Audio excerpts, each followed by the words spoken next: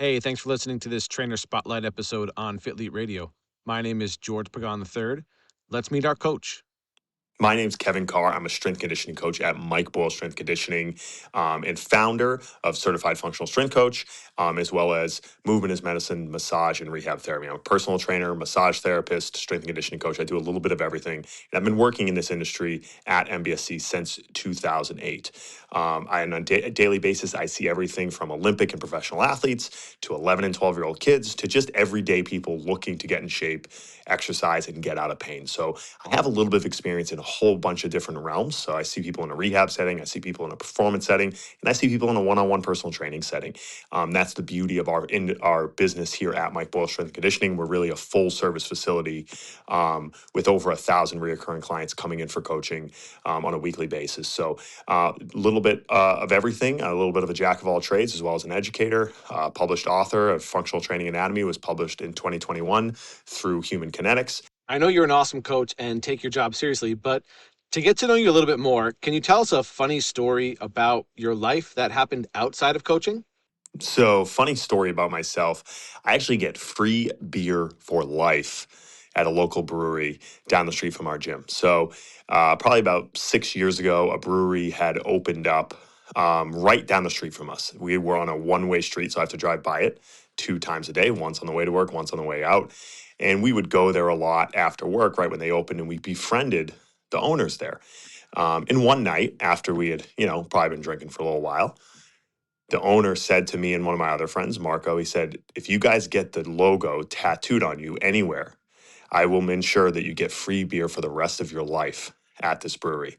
And so, quick economic decision. I thought, tattoo probably cost me $100. A few nights here, I could drink well more than that. So we went right to local tattoo shop. Right on my quad, I have Lord Hobo logo on my quad. It's a crown, like a king's crown, pretty simple little logo. And with that, I am enshrined at the brewery where I can drink for free for the rest of my life. So that's a fun, interesting story about me, to let you know a little bit about me outside of just coaching. We can't train everyone exactly the same. Our clients come to us having different life experiences and sometimes force us to think outside the box when it comes to their training. As a coach, how do you problem solve with your clients who come to you with some common aches, pains, injuries, some physical limitations, or previous traumas so they can still get the results that they want and the ones that they came to you for? I think that it starts with really sitting down and doing a really thorough intake with your client when you first start with them. And so I think a lot of physical therapists or trainers really struggle initially in their career understanding how to do a good intake interview. I think we're often so eager to provide help to the client. We often overlook actually sitting and listening to them and hearing about their history and hearing about their perceptions and past experiences with training. It's important to understand with exercise, everyone who comes to see you is going to have some sort of viewpoint that is likely probably different than yours. Their past experiences are different. Their misconceptions, their thoughts about how exercise should be done are going to be different than yours. And so I think getting really good at doing intake interviews so you can really give that client some time to talk about themselves and kind of give their perception about what good training is, or what their goals are, or what their fears are regarding training, so that you can start to meet them where they're at. Um, Despite what we might think is best practice, we need to be able to scale our training approach to provide a reasonable entry point for the coaches, for the clients who come in to work with us. And so, if we're not going to let that client feel like they're part of the process in there, it's going to be we're going to have a hard time getting started. And so I always say I like to sit down with the client and draw the roadmap together. If the client feels like they have some sort of autonomy or control over that training process in making decisions, they're going to be much more bought in to the whole process, and they're going to be much more likely to stick with you and make long-term progress. And so often following an intake interview, I'll say, hey, let's sit down and talk through this together. This is what I think might be a good pathway. Tell me your thoughts, and ask them to give feedback as far as the exercise selection goes, as far as the pace, as far as the goal setting goes, rather than us imparting all those decisions on them. I think if we can make it a collaborative process with the client where we're kind of guiding them and not just dragging them along, we're going to have much better long-term outcomes and a much better commitment to training in the long run. Just like we are, most of our clients are spending time on social media and can get information from other people in their family and social circles. When questions come up during coaching calls and training sessions, how do you address some of the common misconceptions around nutrition and exercise with these clients? Kind of piggybacking off that last question, again, every client is going to come in with variable viewpoints as it relates to exercise, right? I always say, like, when you go to the doctor or you go to get your car fixed, you don't go into the mechanic and say, well, I heard we should do it this way. Someone told me you should change your oil this way or fix your brakes this way. We just bring it in and they make the decisions. Exercise is very different because it's very popular in pop culture. You see it in magazines, podcasts, radio. Everyone talks about exercise, and then they come to you with their own preconceived notions about how it should be done. And so what is important to do is to, again, have a great conversation about what they want, and then try to provide teachable moments within the training session to start to clear up where they might have viewpoints that you think might be counter to what is in their best interest. And so maybe, for instance, a client comes in and they say, hey, I heard squats are bad for your knees, but there's somebody who also, has knee pain, and getting them to understand about the importance of developing capacity and why lower body exercise like squats or split squats or something that they might be fearful of because of something they heard can be an opportunity to develop capacity so they can do the things that they need to do. I think the big picture is if we can connect what it is that they need to do in the training session to their ultimate goals, their why, which is typically not just getting in shape. It's usually, hey, I want to be able to play tennis with my friends, or I want to be able to play with my grandkids, or I want to be able to go on that hike next summer. And I can't do it currently because I have pain. Being able to connect what we're doing in the gym with what their long-term goal is and trying to let them see that connection between the two things can usually open up their eyes to why we should be doing things a certain way. And so, again, I think it starts with building trust with your client so that they know that, hey, this person has my best interest in mind. If they trust you and they understand that you're invested in them and them getting better, they're going to be much more likely to start to listen to your advice or your perspectives on training, as opposed to maybe something they read in a magazine, heard on a podcast, saw on TV, whatever it might be. And so establishing a strong relationship, listening to your client, and then finding teachable moments in the training sessions to start to open their eyes up to maybe a better way of doing things, I think long term is how you start to change their mindset around exercise. Our clients can come to us for many reasons, and often they tell us in their consultations or new lead questionnaire that they have multiple goals or they're trying to work on a couple of things. Usually it's not just one sole specific thing. How do you approach goal setting with these clients who have multiple objectives when you ask them about what their goals are?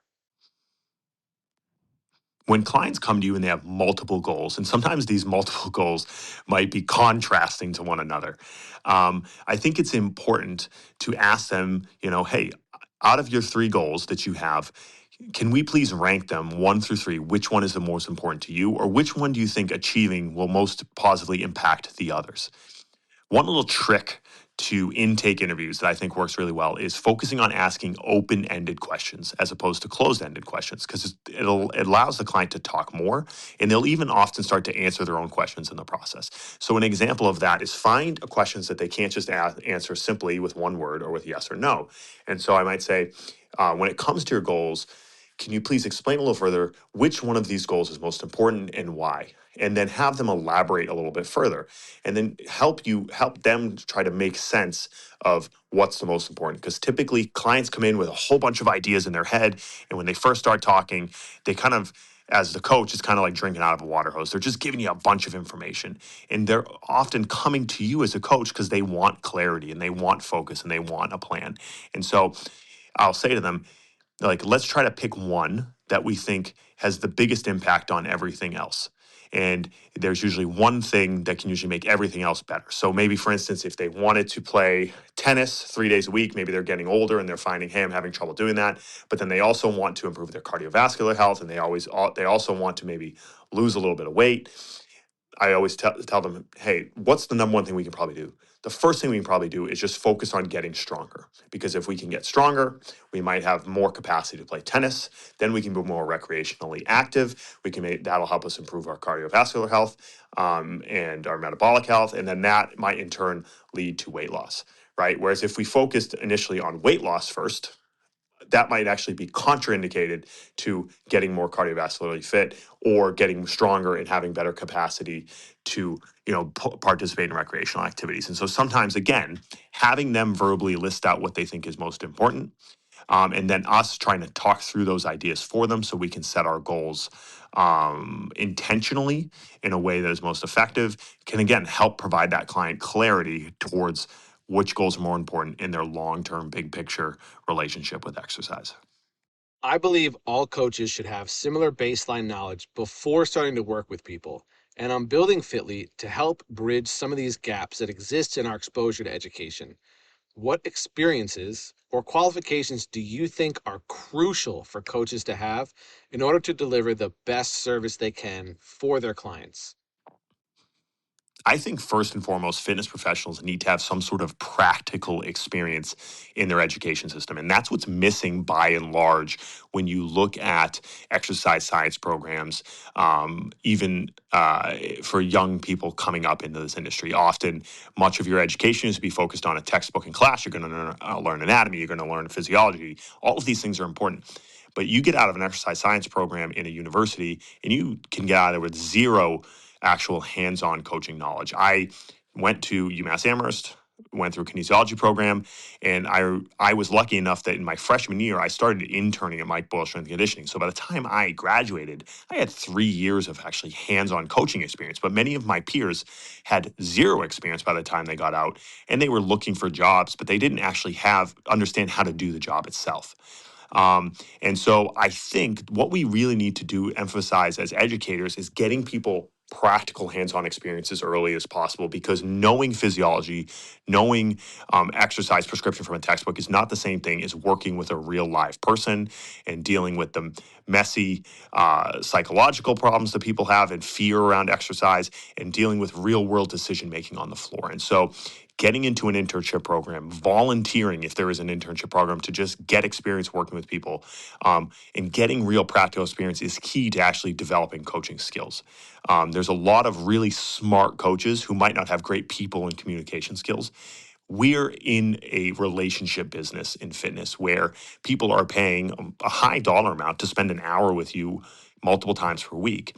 And understanding how to develop communication skills, how to develop relationships with people, and then how to really make practical decisions on the floor when it comes to exercise selection, progression, regression, and decision making is really what sets great coaches apart.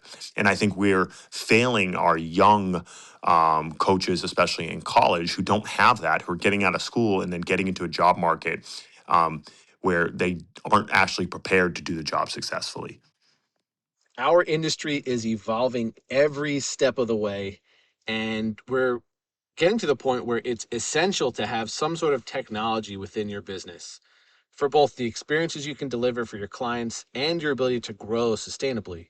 How do you use technology to assist you in your coaching as a coach and behind the scenes as a coach that nobody really sees?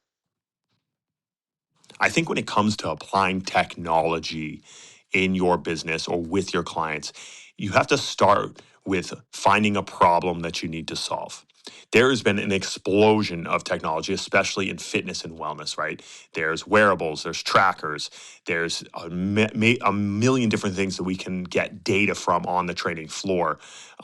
There's technology on the back end, software marketing, all these types of things that we can have a part of our business. But I think it has to start with what problem are you trying to solve? What are you trying to improve? So from a training standpoint, the main data collection that I use is sprint timers. and being able to sprint and track and graph our sprint data. We use just normal arena gear sprint timers for that. Jump testing, we use plyomat. Those are things from an athlete standpoint that I'm trying to track and that are valuable to me. Can I track power output? Can I track speed development and track progress over time? If I actually want to get athletes powerful and faster. From very simply for both Gen Pop and my competitive athletes, heart rate monitoring. Very simple. If you don't use a MyZone heart rate strap or a Polar heart rate strap or something like that, the number one thing we can start to look at with our Gen Pop clients is just basic cardiovascular health. We've actually had multiple clients who we've caught with atrial fibrillation or even the heart attack because they had a heart rate monitor on and we were tracking their heart rate and we realized there was a problem.